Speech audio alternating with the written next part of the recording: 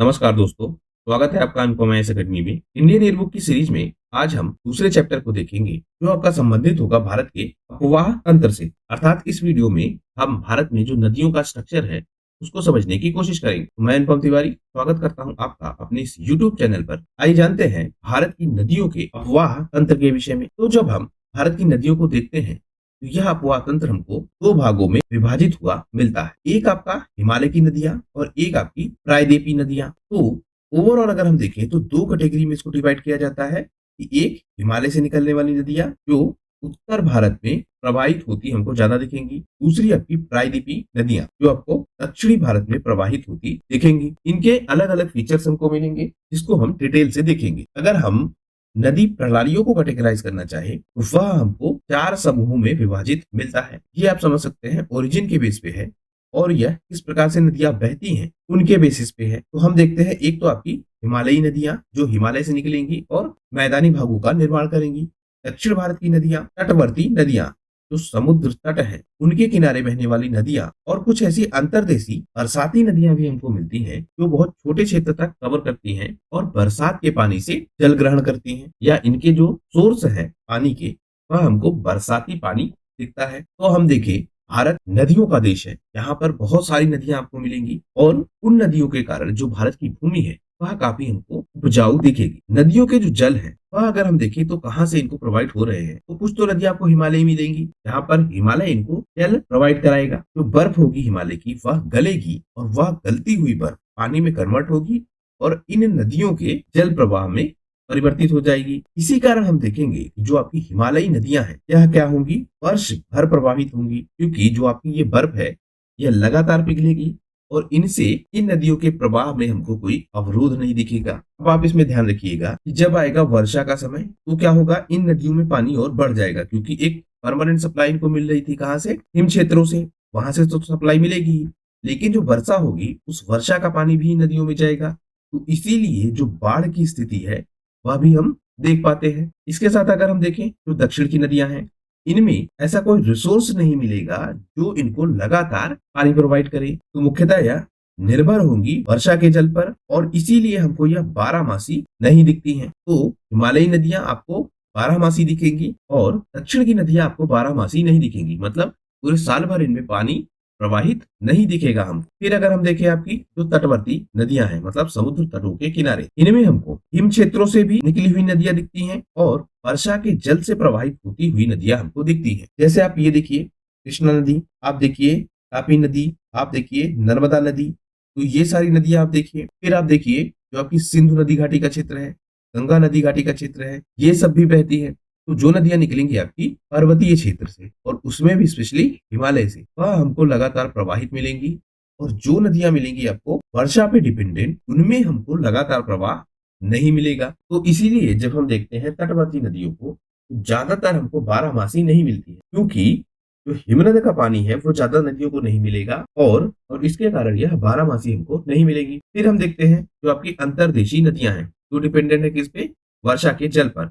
यह पश्चिमी राजस्थान में हमको स्पेशली ज्यादा दिखती है और वह भी इसके खाड़ी क्षेत्र से। और इनके साथ खास चीज आप देखेंगे कि ये ओरिजिनेट होने के बाद रेगिस्तान में ही विलीन हो जाएंगी। तो ये नदियों के जल के स्रोत क्या है वह हम देख चुके। आगे हम अब एक एक नदी को डिटेल में देखेंगे और उनसे संबंधित जो फैक्ट्स एग्जाम में पूछे जाते हैं उनको भी डिटेल में देखेंगे। तो हम सबसे पहले देखते हैं सिंधु नदी तंत्र को। सिंधु नदी तंत्र ओरिजिनेट कहाँ से होगी, तो मानसरोवर झील है कहाँ पर, तिब्बत में, उससे ये ओरिजिनेट होगी और वहां से आगे बढ़ेगी और बहते बहते यह जम्मू कश्मीर के लद्दाख जिले में प्रवेश करेगी और फिर भारतीय क्षेत्र में इसका प्रवाह प्रारंभ होगा। भारतीय क्षेत्र में इनमें बहुत सी इसकी सहायक नदियां मिलेंगी जैसे जास्कर, नुब्रा, श्योक, कुंजा, वो सारी नदियां इसमें मिलती हैं। फिर ये जो सिंधु नदी है यह बलूचिस्तान और गिलगिट इन क्षेत्रों से बहते हुए कटक में पर्वतीय क्षेत्र से क्या होगी, बाहर निकलेगी। तो ये देखिए सिंधु नदी का ये बहाव क्षेत्र है और यह शुरू हो रही है कहाँ से, मानसरोवर झील के पास से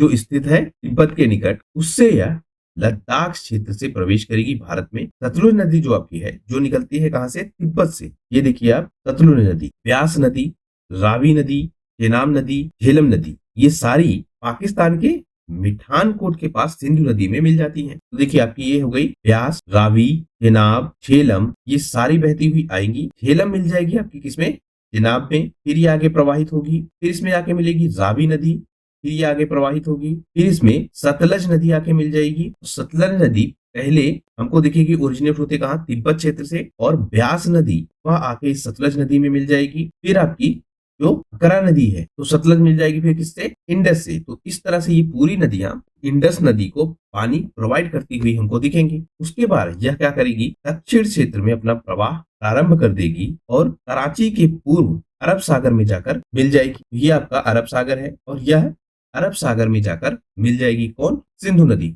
ओरिजिनेट कहाँ से हो रही है, तिब्बत से, मानसरोवर झील के पास से। अगली नदी हम देखें तो गंगा नदी तंत्र है। सबसे फेमस नदी तंत्र यह है और बहुत बड़े भाग को यह सिंचित करती है। गंगा नदी के विषय में अगर हम देखें तो जो इसकी मुख्य धारा है भागीरथी, यह हिमानी से निकलेगी और अलकनंदा से आकर मिलेगी कहाँ, देवप्रयाग में। यह प्रश्न पूछा गया है कई बार। तो अलकनंदा और भागीरथी यह दोनों मिलेंगी कहाँ, देवप्रयाग में, और वहीं से प्रारंभ होगा गंगा नदी तंत्र। फिर यह हरिद्वार के पास से बहती हुई अर्क के मैदानी क्षेत्रों में प्रवेश करेंगी। उसके बाद ये बहुत सारी नदियों को आपस में मिलाएंगी, या बहुत सारी नदियों का जल गंगा में जाकर मिल जाएगा, जैसे यमुना, घाघरा, गंडक, कोसी। उसके बाद यह नदी क्या होगी, दो भागों में बट जाएगी और भगीरथी हुगली जो इसकी भितरिका है दक्षिण की तरफ एक बह जाएगी और डेल्टा के मैदान से होते हुए यह बंगाल की खाड़ी में जाकर मिल जाएगी। जो इसकी मुख्य धारा है वह प्रवेश करेगी कहाँ, बांग्लादेश में, और वहां पर जो ब्रह्मपुत्र नदी है वह आकर इससे मिल जाएगी। उसके बाद यह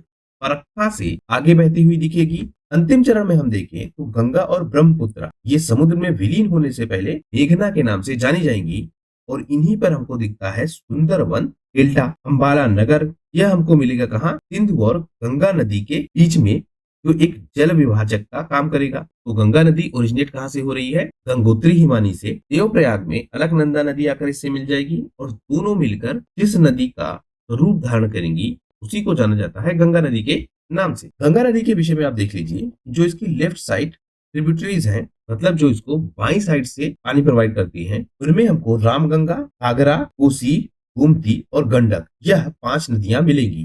तो 3 आपकी जी से और 2 आर और के से। तो जी वाली नदियां जो है जो गंगा में मिलती हैं वह मिलेंगी कहाँ, इसके बाई साइड। और राइट वाली नदियां देख ले अगर हम, तो उनमें हमको यमुना, चंबल, बेतवा, सोन और दामोदर ये नदियां मिलती हैं जो दाहिनी साइड से गंगा को पानी प्रोवाइड करती है। गंगा नदी जिन राज्यों से होकर बहती है उसके बारे में भी प्रश्न पूछा जाता है। गंगा नदी के विषय में अगर हम देखें तो जिन राज्यों को यह कवर करती है, मतलब जिन राज्यों से यह बहती है, उनमें मिलता है हमको उत्तराखंड, उत्तर प्रदेश, बिहार, झारखंड। आप जरूर ध्यान रखिएगा क्योंकि यहाँ आप कंफ्यूज होंगे कि झारखंड है या नहीं है। झारखंड और अंत में पश्चिम बंगाल। तो ये 5 राज्य हैं भारत के जिसमें गंगा नदी प्रवाहित होती है। झारखंड आप जरूर ध्यान रखिएगा। फिर आती है बारी यमुना नदी की। यमुना नदी यमुनोत्री से निकलेगी और गंगा के दाहिने साइड यह लगातार बहती हुई मिलेगी कहाँ तक, इलाहाबाद तक। इलाहाबाद में गंगा नदी और यमुना नदी और इसके साथ सरस्वती नदी ये तीनों आपस में मिलेंगी और संगम का निर्माण करेंगी।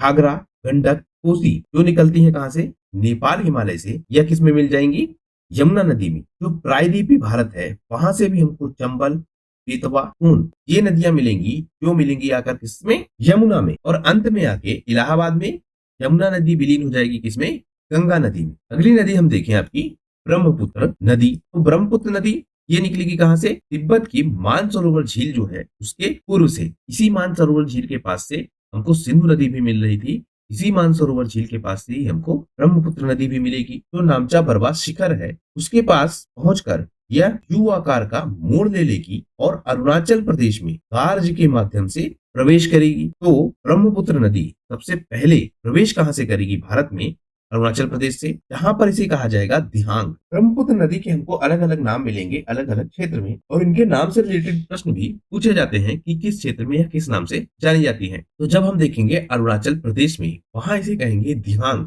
सबसे पहली बात। और इस दिहांग नामक नदी में जिसे कहेंगे ब्रह्मपुत्र नदी, इसमें मिलेंगी कौन सी, दिबांग, लोहित और केनुला। दिबांग, लोहित और केनुला ये नदियां मिल जाएंगी किसमें, ब्रह्मपुत्र नदी में। उसके बाद ये जो आपकी ब्रह्मपुत्र नदी है यह अनेक धाराओं में बहती हुई हमको मिलेगी और नदीय द्वीपों का निर्माण करेगी। तो उत्तर भारत की अन्य नदियां हैं उनके विपरीत हमको दिखेगा कि इस ब्रह्मपुत्र नदी में जो सिल्ट है उसकी मात्रा बहुत ज्यादा मिलेगी, क्योंकि इसका जो बहाव तंत्र है वह हमको काफी ढालदार दिखेगा और इस ढालदार बहाव तंत्र के कारण जो कटाव होगा वो ज्यादा होगा। इसीलिए हमको ब्रह्मपुत्र नदी में सिल्ट की मात्रा ज्यादा दिखेगी। इसकी जो प्रमुख सहायक नदियां हैं उनमें हमको सुबनसिरी, जिया, लेरी, धनसिरी, उथीमारी, पगलडिया और मानस ये सारी नदियां मिलती हैं। उसके बाद अब हम देखते हैं प्रायद्वीपीय भारत की नदियों के विषय में, जिनमें हम महानदी, गोदावरी, कृष्णा और कावेरी इन नदियों को देखेंगे जो पूरब की तरफ बहती हैं और बंगाल की खाड़ी में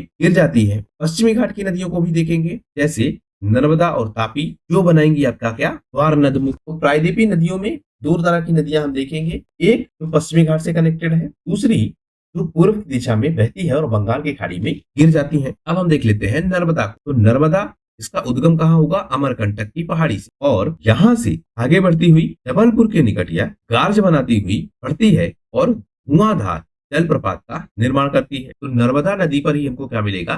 धुआंधार जलप्रपात। यह नर्मदा नदी मध्य प्रदेश, गुजरात इन क्षेत्रों से बहेगी। फिर हम देखें तापी द्रोणी। तो तापी मध्य प्रदेश के बैतूल जिले के सतपुड़ा पहाड़ियों से निकलती है। नर्मदा के समानांतर यह एक भ्रंश घाटी में बहती है। लंबाई इसकी बहुत कम मिलती है हमको और यह मध्य प्रदेश, गुजरात और महाराष्ट्र में बहती हुई मिलती है। पश्चिम की ओर बहने वाली मुख्य नदियां साबरमती, माही, भारत पूजा और पेरियार ये हमको दिखती हैं। फिर हम देखें आपकी गोदावरी नदी को।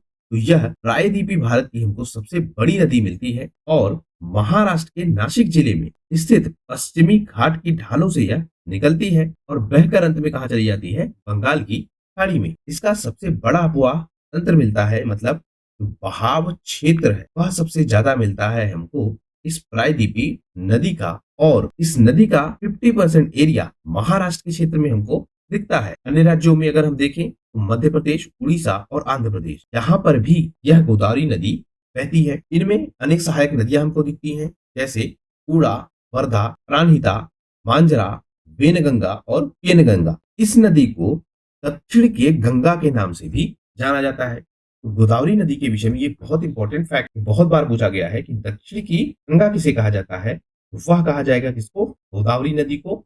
और ज्यादा बहती है ये कहाँ पर? महाराष्ट्र के क्षेत्र में, नासिक जिले में जो पश्चिमी घाट का क्षेत्र है वहां से ये निकलती है और महाराष्ट्र के आगे मध्य प्रदेश, उड़ीसा और आंध्र प्रदेश में यह बहती है। अगली नदी हम देखें महानदी। तो महानदी यह छत्तीसगढ़ की उच्च भूमि है, वहां से ये निकलती है, उड़ीसा से बहते हुए बंगाल की खाड़ी में जाकर मिल जाती है। जो इसका अपवाह तंत्र है वह महाराष्ट्र, छत्तीसगढ़, झारखंड और उड़ीसा इन राज्यों से गुजरता है। अगला हम देखें कृष्णा नदी को।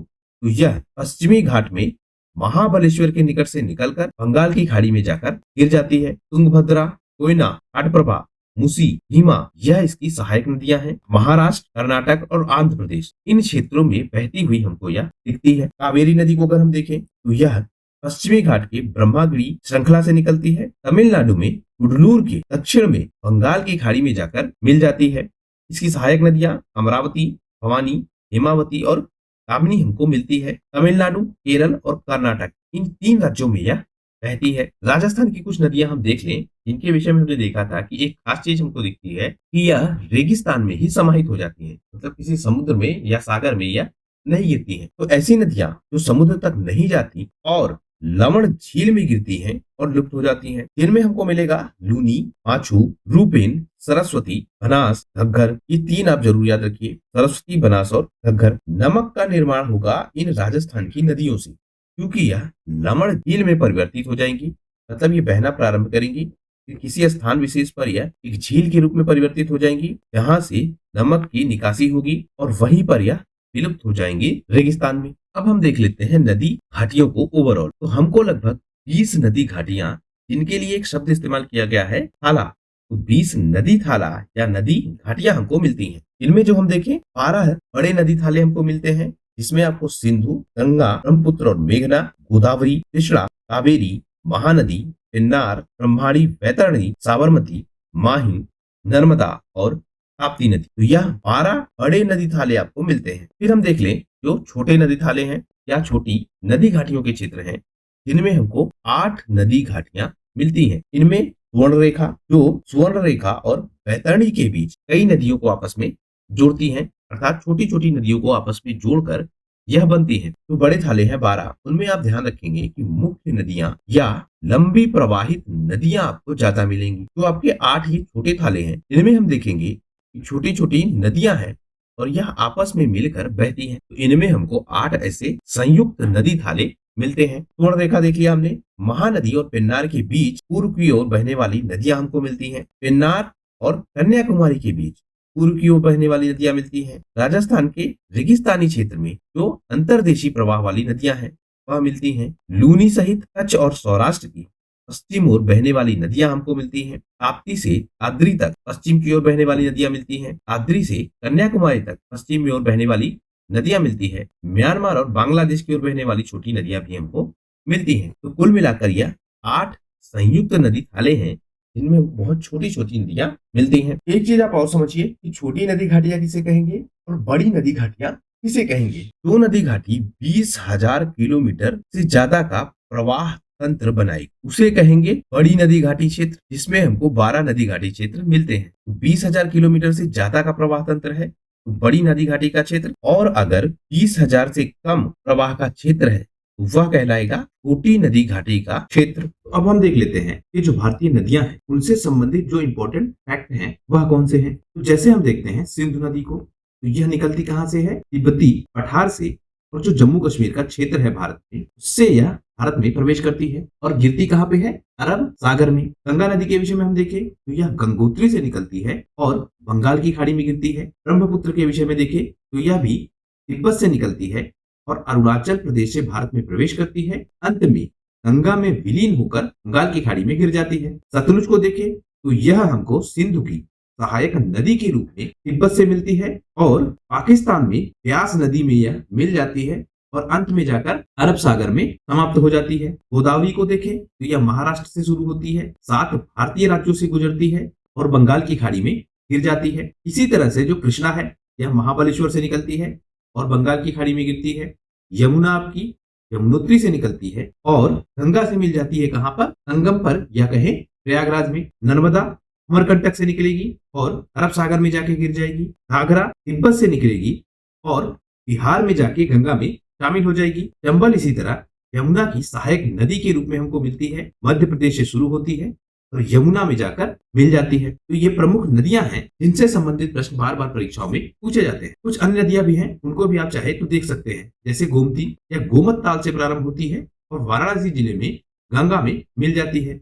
इसी तरह जो आपकी महानदी है यह छत्तीसगढ़ से निकलती है और बंगाल की खाड़ी में गिर जाती है। कावेरी आप देखें बहुत चर्चा में रहती है, तो ये ताल कावेरी से निकलती है जो कि पश्चिम घाट में है और बंगाल की खाड़ी में समाप्त हो जाती है। साबरमती को देखें तो यह घेबर झील से निकलती है जो कि कहाँ है, अरावली रेंज में, और खंभात की खाड़ी में जाकर यह समाप्त हो जाती है। इसी तरह ये प्रमुख नदियां हैं जिनसे संबंधित बार बार प्रश्न पूछे जाएंगे। आप इनको चाहे तो देख सकते हैं। एक बार हमने यहाँ ये दिया है कि कहाँ से ओरिजिनेट होती हैं और कहाँ जाकर गिर जाती हैं।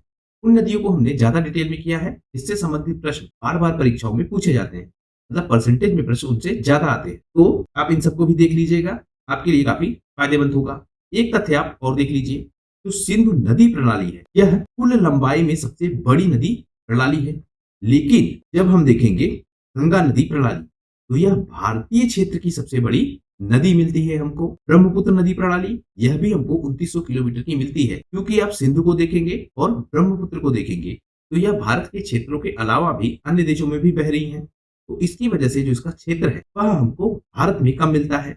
लेकिन जब हम देखेंगे गंगा नदी को तो इसका क्षेत्र हमको भारत में सबसे ज्यादा मिलता है। गोदावरी नदी आप याद रखेंगे, फिर भारत की गंगा इसको कहा जाता है। तो यह इंडियन ईयर बुक का दूसरा पार्ट है जिसमें हम भारत के भौतिक भूगोल को जान रहे हैं और उसके साथ साथ भारत का जो अपवाह तंत्र है स्पेशली नदियों का, उसके विषय में हम जान रहे हैं। तो आशा करता हूँ ये वीडियो आपको पसंद आया होगा। प्लीज बने रहिएगा। इस वीडियो की सीरीज में हम पूरी इंडियन ईयर बुक को बहुत डिटेल बेस में कराएंगे, जिससे ना सिर्फ आप करंट अफेयर को बल्कि आप स्टैटिक पोर्शन को भी बहुत आसानी के साथ कवर कर लेंगे। तो प्लीज शेयर कीजिए इस वीडियो को ज्यादा से ज्यादा लोगों तक। आपका हमसे जुड़ने के लिए बहुत बहुत धन्यवाद। आपका दिन शुभ हो।